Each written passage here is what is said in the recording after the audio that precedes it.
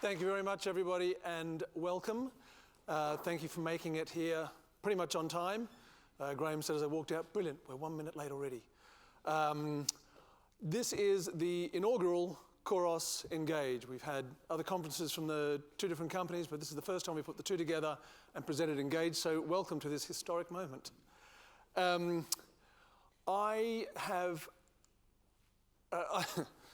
I'm Leo Ryan, so Vice President of Customer Solutions means that I help the people that help our customers across EMEA. It's as simple as that, and there are a lot of them here today. Make sure you take the time to meet the guys at work with you or with them. I wanted to give you a couple of things to think about as we headed into today. Recently I've been doing some volunteer work for a new venue called the Pitzhanger Manor and Gallery.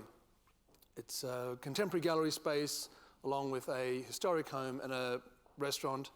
It's in Ealing. Highly recommend you go and try it. But what is particularly interesting is the historic manor is the home of Sir John Soane, his country home. And working with Pitzhanger has given me the opportunity to both revisit my own academic past of architecture, but also to dig into Soane and his particular brilliance. And what's interesting about Soane is he was a classically trained architect. He studied under George Dance, attended lectures at the Royal Academy, did the Grand Tour. But despite that sort of solid grounding in the classical language of architecture, he was quite an innovator. And it was because he understood the classical language so well that he could take it and shape it and shift it in new and exciting ways. And the one example I wanted to give you was, this is the Dulwich Picture Gallery. It was the first purpose-built gallery in the world. Soane designed it, supervised the construction of it. There is a lot in the language of the building, in the architectural language, which is innovative, exciting, and new, but to our eyes looks like classical architecture. The bit that really jumps out for us is this. These essentially glass houses or conservatories run along each of the long galleries. And what they do is they allow daylight to flood down into the space and light the paintings on the wall with natural daylight. An innovation at the time that is now still with us, and many galleries still use this technique of top lighting the works with natural light. And it was interesting that Soane's sort of grounding in the fundamentals of architecture allowed him to then be quite innovative and explore these new avenues. And it wasn't in spite of his knowledge, it was because of. And the more that I dug into Soane and how he worked, I noticed that this was actually a common theme. And going to contemporary times, this is Alexander McQueen. McQueen, quintessential bad boy of British fashion, did his apprenticeship with these anarchic revolutionaries at Anderson and Shepherd. But it was the grounding he got there in tailoring and in the way that materials work and the way they hang together, the physics and mechanics of tailoring that allowed him to go on and do this sort of thing and defy gravity. Moving closer to our own field, and someone that Hannah Fry is going to talk about a little as well, is Ada Lovelace. Lovelace in the mid-1800s is credited with designing the first ever computer algorithm. Now, she was the daughter of Lord Byron, who was a complete reprobate. To say that he was naughty is to be incredibly mild. And her mother, so keen that Ada would not grow up to be the same sort of reprobate artist, had her schooled from a very young age in logic and mathematics. And it was a result of that that she became a student and then a peer of Charles Babbage, who invented a number of huge mathematical breakthroughs, but one was the difference machine. The difference machine was essentially a steam-powered calculator, able to calculate enormous numbers, and this was Babbage's vision for it. I would build this gigantic machine that would calculate infinitesimal sums.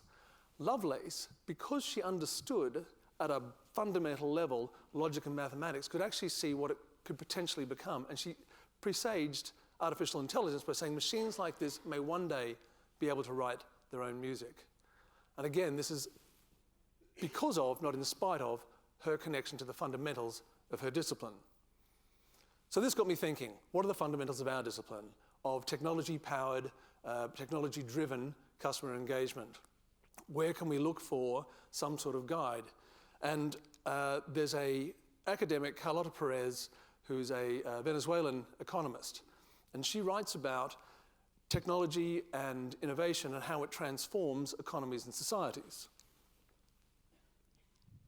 And she's got this fantastic turn of phrase, which is the space of technology, the space of the technologically possible is much greater than that of the economically profitable and the socially acceptable.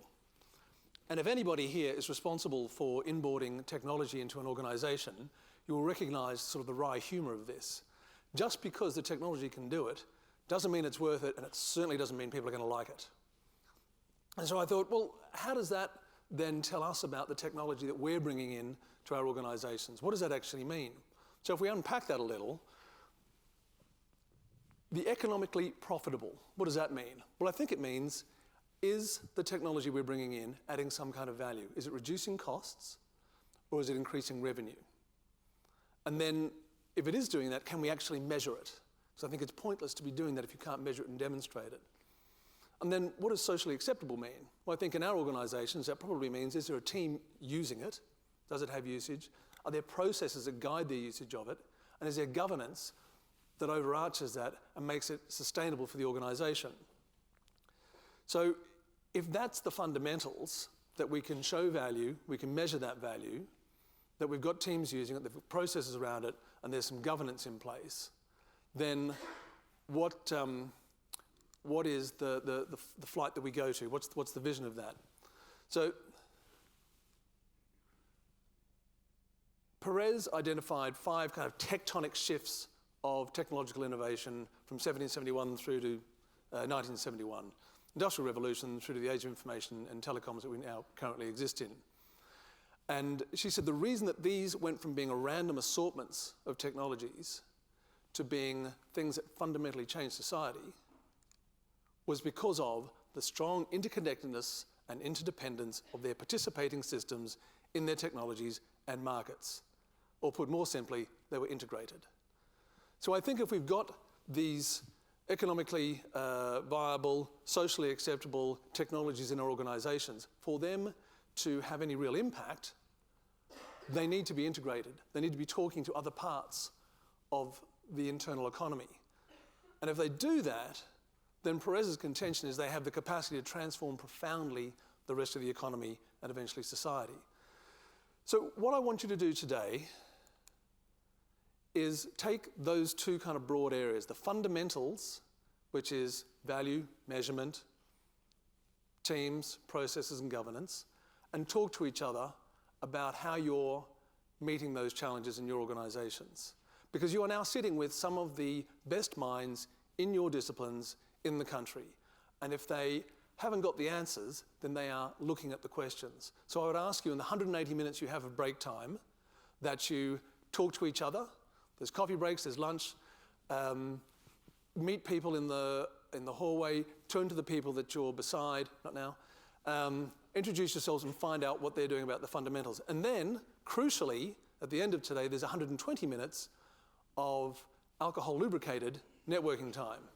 And I would ask you at that point to go to what are the big visions? Are you integrating? Are you fundamentally transforming your businesses?